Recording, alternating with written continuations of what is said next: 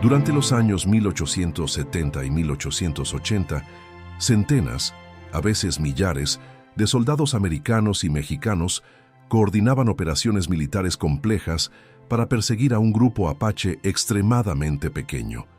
El grupo estaba liderado por un hombre llamado Goyatlay, un nombre que el mundo conocería como Jerónimo. En ciertos momentos críticos pico de la persecución prolongada, Jerónimo tenía menos de 40 guerreros, menos de 40 combatientes, contra millares de soldados entrenados profesionalmente, contra armada militar de naciones enteras, contra máquina militar industrial, contra poder que parecía infinito, contra recursos que parecían inagotables, y aún así, durante años completos de persecución sin fin, escapaban consistentemente. Se desvanecían en el desierto como si el territorio mismo los protegiera invisiblemente de manera casi sobrenatural, como si fueran verdaderos fantasmas que no podían ser capturados por ninguna fuerza, humo que se dispersaba en aire desértico, ilusiones ópticas que evaporaban cuando perseguidores se aproximaban. El secreto de esa supervivencia imposible no era simplemente habilidad militar excepcional, era algo más fundamental que eso. Era los caballos, y era el desierto. Era comprensión absoluta de que el terreno más brutal de toda Norteamérica podía ser convertido en arma de supervivencia poderosa si sabías exactamente cómo usarlo. Si entendías completamente sus reglas, si respetabas su lógica, si comprendías que el desierto no era enemigo sino aliado. Los apaches nunca formaban una única tribu monolítica centralizada. Eran diversos grupos relacionados genética y culturalmente, pero políticamente descentralizados: Chiricahua, Mescalero, Jicarilla, Lipan, Western Apache, cada uno con particularidades propias, cada uno con territorios específicos que controlaban, cada uno con líderes independientes. Pero la historia de Jerónimo, la historia que eventualmente se volvería legendaria y prácticamente mítica, está principalmente ligada a un grupo específico: los Chiricahua Apache. Los Chiricahua vivían en región que era brutal, casi punitivamente hostil geográficamente: Arizona, Nuevo México, norte de México. Uno de los paisajes más difíciles de toda Norteamérica. Tierra que parecía diseñada específicamente para rechazar toda vida humana. Tierra que parecía hecha para matar. Tierra que parecía desierto puro sin piedad. Aquí es donde necesitas entender diferencia fundamental entre apaches y otros pueblos indígenas guerreros. Los comanches dominaban las grandes planicies. Territorio abierto, enormes espacios, movilidad horizontal. Los apaches dominaban algo completamente distinto. Dominaban desiertos, montañas, cañones profundos, regiones prácticamente sin agua, espacios donde la mayoría de los soldados europeos o americanos simplemente no podían sobrevivir. No era cuestión de valentía, no era cuestión de tecnología, era cuestión de conocimiento. Los soldados no sabían cómo sobrevivir en esa geografía hostil. Los apaches sí. Ellos conocían cada fuente de agua escondida, cada pasaje secreto en montañas, cada trilla invisible en desierto, cada lugar donde buscar abrigo. Ese conocimiento era arma más poderosa que cualquier rifle. Ahora necesitas entender los caballos apache. Poca gente en historiografía moderna habla de ellos. Poca gente comprende su importancia, pero eran absolutamente fundamentales para todo.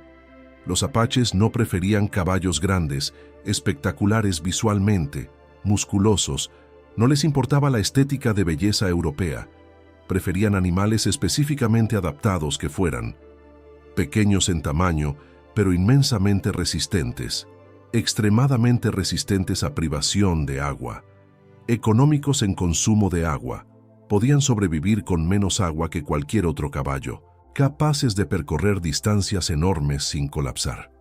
Caballos que podían sobrevivir en condiciones del desierto que hubieran matado rápidamente a caballos españoles puros en semanas. Muchos descendían de linajes españoles que habían sido naturalmente adaptados al sudoeste durante más de 2 siglos. Eran producto de selección natural combinada con selección cultural durante más de 200 años. Eran prácticamente máquinas de supervivencia, desierto en forma de caballo. Eran evolución equina especializada. La pregunta que todos hacen es simple: ¿cómo escapaban de ejércitos enteros? ¿Cómo un grupo de menos de 40 guerreros conseguía permanecer libre durante años completos, con miles de soldados profesionales buscándolos constantemente? ¿Cómo era posible desaparecer repetidamente en territorio que parecía completamente abierto? La respuesta es cuestión de logística comparada. Un soldado americano o mexicano en campaña militar llevaba equipo pesado y protector, munición en cantidades significativas, suprimentos para sobrevivencia, uniformes formales, carpas, toiletries, todo lo que una civilización industrial requería. Se movía lentamente, se movía como columna organizada, se movía como máquina militar, se movía como ejército predecible. Los apaches viajaban diferente completamente, viajaban como fantasmas, llevaban lo absolutamente mínimo, comida minimal, armas, agua, nada más. Sus caballos, los caballos apache, podían atravesar terrenos que los perseguidores consideraban literalmente imposibles, terrenos que no estaban en mapas de militares, terrenos que nadie creía que ningún caballo pudiera cruzar, terrenos que parecían barrera absoluta, pero los caballos apache podían. Lo hacían regularmente. Muchas noches percorrían decenas de kilómetros mientras soldados dormían a kilómetros de distancia. Cuando el ejército finalmente llegaba a una localización donde habían acampado la noche anterior, ya estaban a 50 kilómetros de distancia, o 100, o desaparecidos completamente en montaña, donde nadie podía físicamente seguir con caballos convencionales. Los soldados americanos reportaban algo profundamente extraño. Reportaban rastros que desaparecían misteriosamente, grupos que surgían del nada completamente, movimientos imposibles de predecir con lógica militar. Parecía que los jinetes se evaporaban en el desierto, que simplemente desaparecían en arena y roca, que se disolvían en territorio.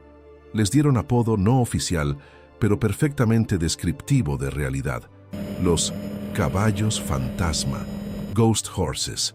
No era término técnico en manuales militares, era descripción de frustración absoluta de soldados, era expresión de imposibilidad, de persecución que parecía perseguir sombras etéreas, de enemigo que no tenía ubicación fija, que no tenía campamento permanente, que no tenía suministros en depósitos que pudieran ser atacados, que simplemente existía en espacio entre territorio conocido, que parecía no existir hasta que atacaba, y luego desaparecía nuevamente. Ahora necesitas entender profundamente quién era Jerónimo. Su nombre original era Goyatley en idioma apache. Es probablemente el apache más famoso de toda historia americana. Legendario, mítico. Perche, y esto es interesante historiográficamente, no era originalmente el principal jefe político de su tribu. No era líder administrativo, no era diplomático, era líder de guerra, era líder de resistencia, era estratega de combate. Su reputación se construyó completamente en acción, no en diplomacia. Tras perder familiares en ataques mexicanos sorpresa, la muerte de su madre, su esposa, sus hijos en razzia, se transformó en uno de los combatientes indígenas más determinados y vengadores del continente. Su reputación se esparcía rápidamente por todo el sudoeste. Su nombre generaba miedo en soldados. Su nombre generaba esperanza entre su gente. Su nombre se volvió sinónimo de resistencia imposible. El episodio más famoso ocurrió entre 1885 y 1886. Jerónimo fugó de la reserva donde había sido confinado con un grupo muy pequeño. En algunos momentos, pico de la perseguición. Aproximadamente 35 guerreros, mujeres y niños no combatientes, caballos, muy pocos comparados a recursos perseguidores. Contra ellos se movilizaban fuerzas coordinadas, millares de soldados americanos del ejército, batedores indígenas aliados, tropas mexicanas. Fue una de las mayores operaciones de persecución de toda la historia del oeste americano. Fue movilización continental contra grupo de 35 hombres. Fue inversión de recursos enormes contra resistencia mínima en números, pero no mínima en capacidad. Pero antes de llegar a la rendición, necesitas entender qué significó vivir como Jerónimo vivió. ¿Qué significó estar en fuga constante durante años? ¿Qué significó ser perseguido por imperio entero? La vida en resistencia era vida de movimiento perpetuo, de nunca dormir profundamente, de nunca sentir seguridad, de vivir en vigilancia constante, de saber que en cualquier momento tropas podrían aparecer. La vida era supervivencia pura, era existencia sin comodidad. Era existencia construida completamente alrededor de evitar captura, y los caballos eran lo que hacía eso posible. Eran las únicas herramientas que permitían escape, eran transportación que podía cruzar territorio imposible, eran conexión con libertad. Cuando Jerónimo se rindió, no simplemente se rindió, perdió todo lo que lo hacía capaz de resistir. Lo que es verdaderamente extraordinario es la distancia increíble que el grupo percorrió. Durante la fuga final de 1885-1886, el grupo recorrió literalmente millares de kilómetros. Atravesaron repetidamente Arizona completa de norte a sur, Nuevo México completo en múltiples direcciones, Sierra Madre Mexicana profunda, desde Norteamérica hasta México y regresando. Todo eso dependiendo completamente de los caballos para supervivencia, sin suministros de ningún tipo, sin línea de suministro organizada, sin apoyo logístico de ninguna clase. Solo caballos, esos caballos especializados del desierto, y conocimiento del terreno, solo inteligencia territorial. Eran como espíritus moviéndose a través del continente, dejando rastros que desaparecían misteriosamente, atacando lugares inesperados donde nadie esperaba resistencia, desapareciendo antes que perseguidores pudieran físicamente reaccionar. La velocidad de movimiento era lo que hacía la persecución imposible, y esa velocidad dependía completamente de caballos que podían cruzar desierto, que podían saltarse días sin agua, que podían escalar montaña donde otros caballos colapsarían. En 1886, después de años de persecución imposible de resistir indefinidamente, Jerónimo finalmente se rindió. No fue derrota militar en batalla, no fue captura por fuerza de armas, fue rendición diplomática. Fue aceptación de que persecución continua era imposible de sostener indefinidamente contra población exhausta. Fue reconocimiento de que la resistencia no podía continuar sin costo humano insostenible. Fue decisión de salvar a su gente del sufrimiento adicional. El evento marcó simbólicamente el fin de la gran resistencia apache. Muchos historiadores consideran ese momento específico como encierro de las guerras indígenas del sudoeste americano, como momento cuando la resistencia indígena organizada del sudoeste efectivamente terminó. Pero lo que pocos conocen es lo que sucedió después de esa rendición, lo que pasó con el pueblo, lo que pasó con los caballos. La rendición no significó libertad, significó captura, significó fin de libertad. Los Chiricahua fueron oficialmente enviados como prisioneros de guerra. Fueron removidos de su tierra natal por decreto militar. Fueron separados familiares de familiares. Fueron dispersados a reservas lejanas. El modo de vida que había sido construido durante generaciones basado en caballos, movilidad extrema, conocimiento del desierto, desapareció completamente, no gradualmente durante años. Fue destruido rápidamente. Los caballos fueron confiscados por autoridades militares. El desierto ya no era refugio porque no estaban en el desierto. Estaban en prisiones militares, en reservas remotas alejadas de territorio natal, en lugares donde el caballo no tenía valor funcional, donde la movilidad no tenía sentido, donde la supervivencia dependía de autoridades coloniales, no de conocimiento propio. Lo que es verdaderamente notable de la historia de Jerónimo es que nunca fue completamente conquistado militarmente. El ejército más poderoso del continente nunca lo derrotó decisivamente en batalla frontal. Nunca lo capturó por fuerza de combate. Nunca lo destruyó mediante acción militar convencional. Fue su propia humanidad lo que lo hizo rendirse finalmente. Fue cansancio de guerra perpetua. Fue reconocimiento de que su gente sufría bajo persecución constante. Fue decisión moral de evitar más muerte y sufrimiento si la rendición diplomática era posible. Fue rendición de resistencia, no de derrota. Pero aquí está lo que es profundamente irónico y trágico. Lo que permitió que Jerónimo y sus guerreros escaparan durante años, los caballos especializados, la movilidad imposible de perseguir, el conocimiento absoluto del desierto, todo eso desapareció con la rendición. Todo fue destruido cuando cesó la resistencia. Fueron capturados no porque fueran derrotados en combate real. Fueron capturados porque el sistema total que los hacía invencibles fue destruido deliberadamente. Fueron capturados porque los caballos fueron confiscados por autoridades militares. Fueron capturados porque el desierto dejó de ser refugio. Fueron capturados porque fueron removidos del territorio donde su conocimiento tenía valor. La rendición no fue derrota, fue transformación en prisioneros. El legado de Jerónimo en historia americana es complejo y contradictorio. Es leyenda de resistencia imposible. Es símbolo de libertad indígena contra opresión. Es recordatorio de que incluso cuando todo está contra ti, cuando tienes menos de 40 guerreros contra miles de soldados entrenados, la geografía, el conocimiento territorial, la movilidad especializada pueden hacerte casi invencible. Pueden permitir que escapes de ejército. Pueden permitir que sobrevivas bajo persecución. Pueden mantener vivo el mito de la libertad. Pueden hacerte legendario. Pero es también recordatorio profundo de que incluso leyendas terminan inevitablemente. Incluso resistencia que parece imposible de quebrar eventualmente, quiebra bajo presión. Incluso los caballos fantasma finalmente dejan de existir. Incluso la movilidad infinita tiene límites. Incluso los caballos eventualmente se cansan.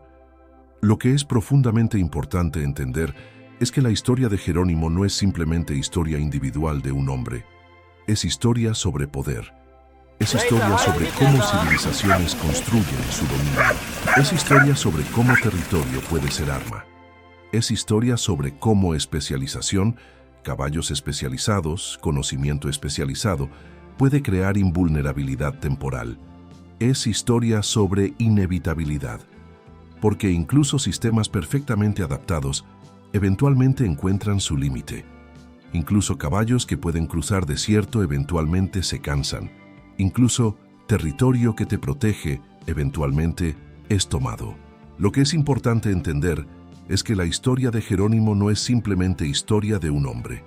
Es historia de cómo la geografía, la movilidad, el conocimiento pueden hacerte poderoso.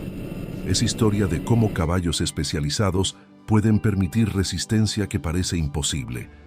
Es historia de cómo territorio puede ser aliado o enemigo dependiendo si lo conoces. Es historia sobre cómo incluso imperio puede ser desafiado por pequeño grupo si ese grupo entiende cómo vivir donde otros no pueden vivir. Pero es también historia de cómo incluso lo imposible eventualmente se rinde. Lo que pocos mencionan es que Jerónimo vivió después de su rendición. Vivió como prisionero de guerra oficial. Vivió removido forzosamente de la tierra que lo hizo invencible. Vivió sin los caballos especializados que lo permitieron ser libre. Vivió en un mundo donde su destreza ecuestre extraordinaria no tenía ningún valor, donde su conocimiento del desierto no le servía, donde su comprensión de geografía era inútil, donde su conexión con territorio era imposible, donde los caballos fantasma se convirtieron en memoria, en leyenda, en mito que la gente no podía olvidar. El ejército más poderoso de América no fue derrotado por un ejército rival más grande. Fue desafiado durante años completos de persecución, por un puñado de jinetes que conocían íntimamente cada montaña, cada cañón, cada fuente de agua escondida del desierto. Fue desafiado por hombres que montaban caballos especializados, que no deberían poder sobrevivir en condiciones de desierto extremo. Fue desafiado por gente que parecía evaporarse en el desierto, que parecía no existir hasta que atacaban. Fue desafiado hasta que la resistencia se convirtió en algo más grande que simple imposibilidad militar. Y entonces, cuando Jerónimo fue finalmente rendido, todo cambió. El desierto dejó de ser refugio porque ya no podían vivir en el desierto. Los caballos dejaron de ser libertad porque fueron confiscados, y los caballos fantasma se convirtieron en historia, en leyenda, en memoria de algo que fue extraordinario, pero que no podía durar, que no podía sobrevivir en un mundo donde el imperio moderno tenía poder de destruir incluso lo imposible. Los caballos fantasma se desvanecieron, pero nunca fueron olvidados, porque la verdad fundamental es que los caballos, esos caballos pequeños, resistentes, extraordinariamente especializados para sobrevivencia en desierto, fueron lo que hizo posible la leyenda. Y cuando los caballos desaparecieron, la leyenda se volvió historia, y la historia se volvió nostalgia. Cuéntanos desde dónde lo estás viendo. Esta historia tiene que llegar más lejos.